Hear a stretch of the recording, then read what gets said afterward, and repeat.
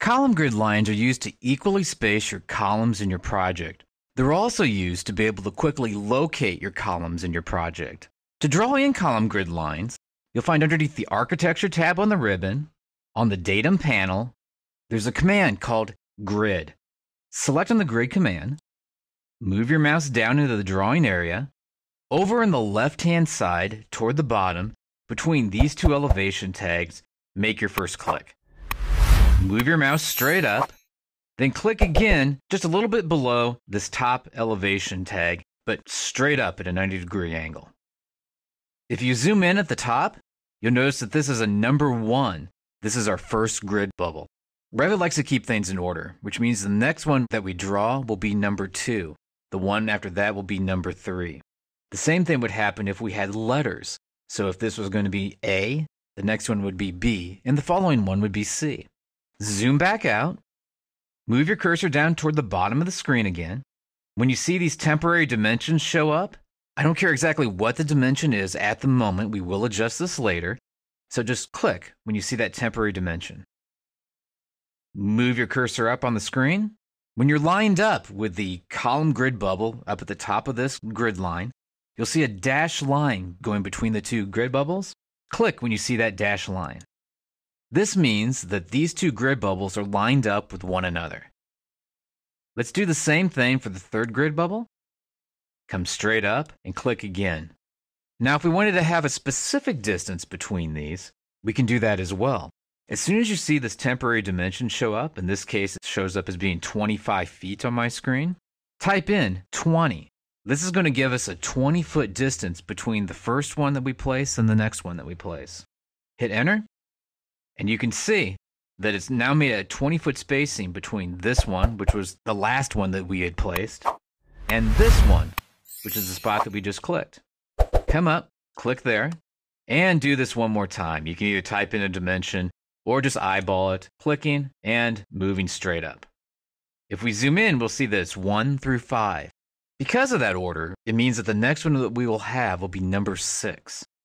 The reality is, though, is I want to go from right to left, and in doing that, we want to switch this from being numbers to letters. There's really no way to be able to do this on the fly, so we have to place the first one in and then adjust it after it's been placed. So click over here to the right-hand side, move over, and click again. You'll see a number 6 show up. Hit escape a couple of times on the keyboard. Select on the grid line, click where the number 6 is at, and change that to be an A, and then click out here into space. Then hit escape on the keyboard to get out of the command. The next thing we'll do is draw in 2 more, so we'll be drawing in B as well as C. And since this last one was A, Revit will automatically label these as B and C. Once again, under the Architecture tab, above Datum, select on Grid. Move your mouse down when it's lined up with the endpoint of the other one, click, move over, and click again. And do the same thing one more time. Zoom out just a touch. We're going to see that our grid lines come down pretty far, actually a little bit farther than what we probably need them to be. We will adjust these after the fact. What I would like to do now is be able to equally space these between number 1 and number 5. To do that, we need to add a few dimensions in. So come up here to Annotate, select on Aligned, and click the line associated with grid number 1. Then click the line associated with number 2, number 3, number 4, number 5, then click out in space. It's important that you click out in space because if you hit the space bar, the dimension will go away. After clicking all the way on across, click the little EQ that shows up. This will equally space between the first one and the last one in the dimension string. Now do the same thing between A, B, and C. Click out in space and select the EQ. We also want to be able to have these spaced a specific dimension apart. To be able to accomplish that, let's drop in 2 overall dimensions. Click where the number 1 is at, click where number 5 is at, click out in space. Do the same thing with A and C, click out in space. When you're done with that process, hit escape a couple times on your keyboard to get out of the command. Zoom in so that you can see this dimension. In this case, it's showing up as being 83 feet, but I'd really like this to be as 80 feet. So move your cursor over and select on the line associated with your grid number 5. Come back over again. You'll notice that this dimension is now blue. Whenever the dimension is blue, it means that you can change that information. So click where it has the 83 feet and just type in 80. This will give you an 80-foot spacing between the first and the last. And then click somewhere in the white drawing area. It's automatically moved these grid bubbles, and they're continuously equally spaced. Over here at the side, I don't want this to be 40 feet 6 inches. I'd like it to be 48 feet. So move your mouse down, select on the grid line, come up, select the dimension, type in 48, then click out in space. Finally, to see that equal spacing, move your mouse up, select on the dimension string, and you notice it says equality text. Change that to be value underneath your properties. So now they're spaced every 20 feet. And do the same thing on the side. So by drawing in your column grid bubbles and placing these dimensions, you can quickly draw in your column grid lines and be able to equally space your columns when it comes time to place your columns in your project. Revit has two main column types. One is considered a structural column, the other is considered an architectural column. The purpose of this exercise is to review the differences in the properties between those two different kinds of columns. We can start off by coming underneath the Architecture tab, finding the pull-down menu for column, then selecting Structural Column off of the list. The first difference between a structural column and an architectural column is the actual structural properties and dimensions of that column. In this instance, we'll be able to find that underneath Edit Type once the command has been selected. Here we can find the dimensions associated with the column, as well as area, weight. That's the kind of information that architectural columns do not contain. You can select on OK to this.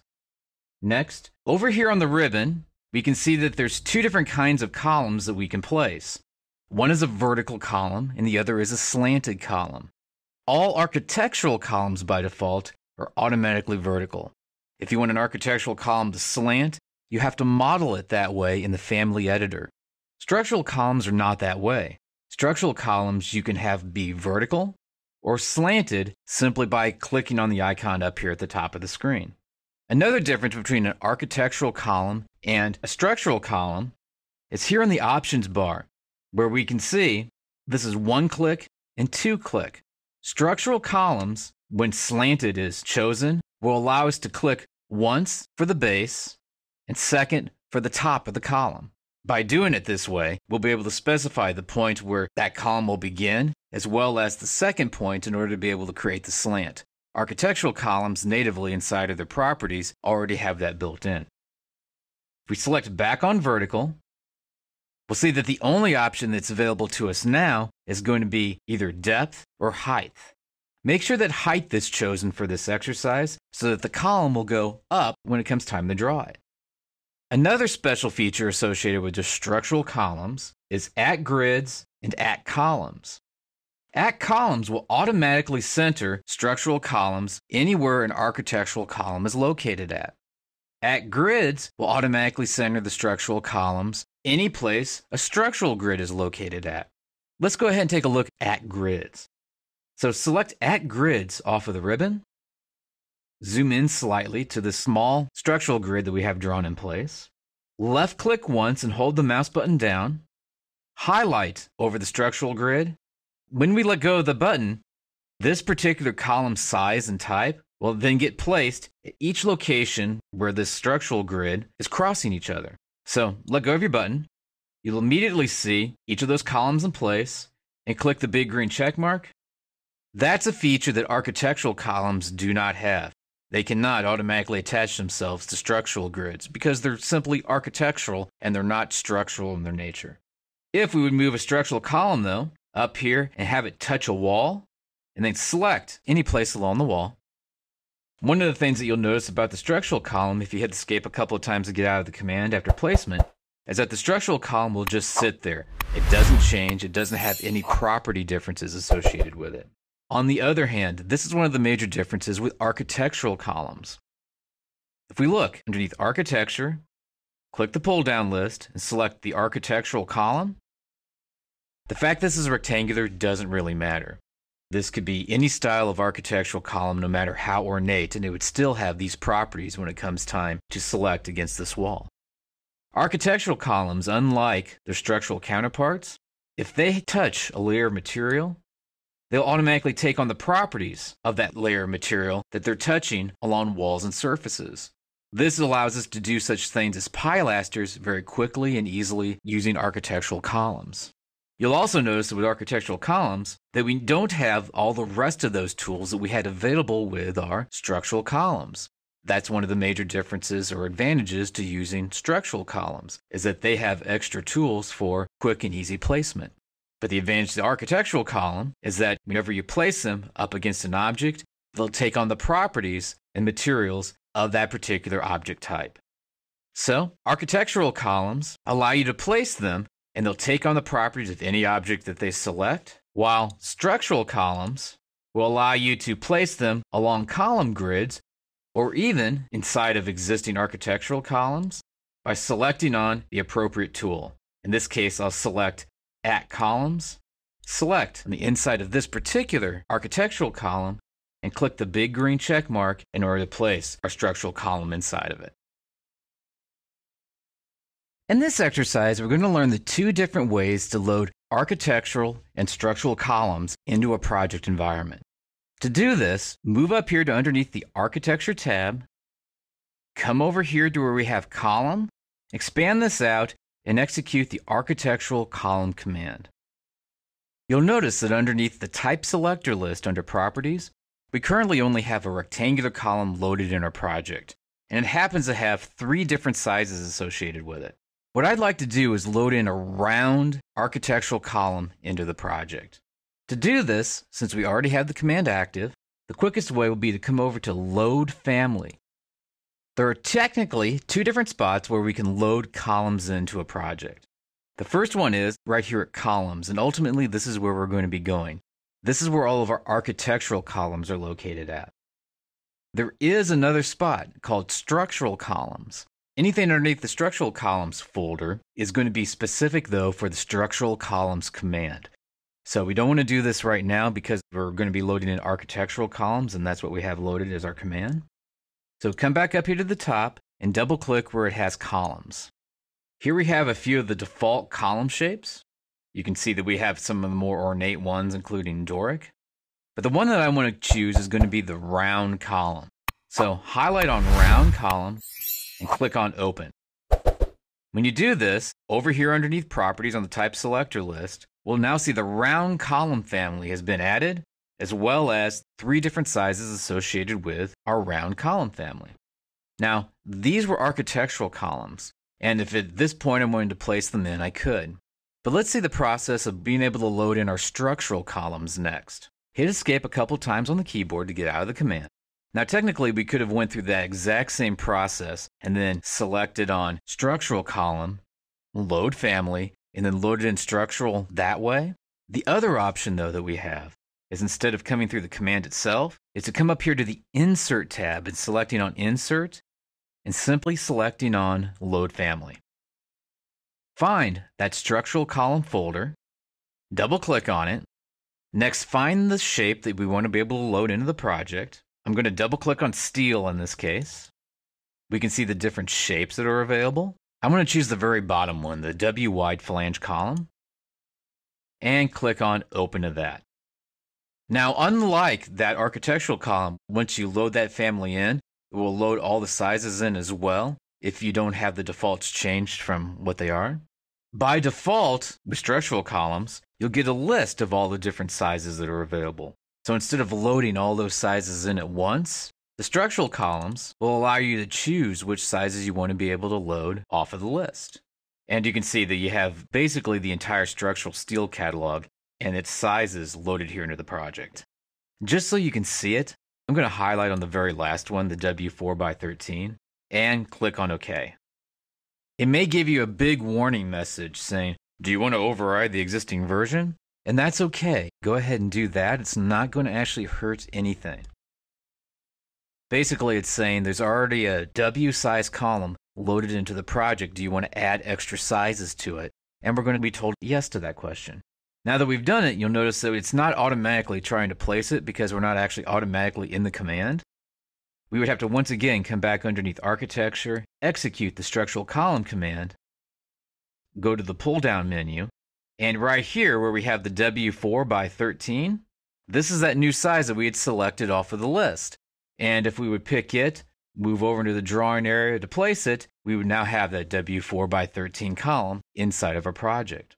So just remember, there's two different ways to be able to load your different kinds of families related to columns into a project. The first way is to actually activate that particular command and select on Load Family.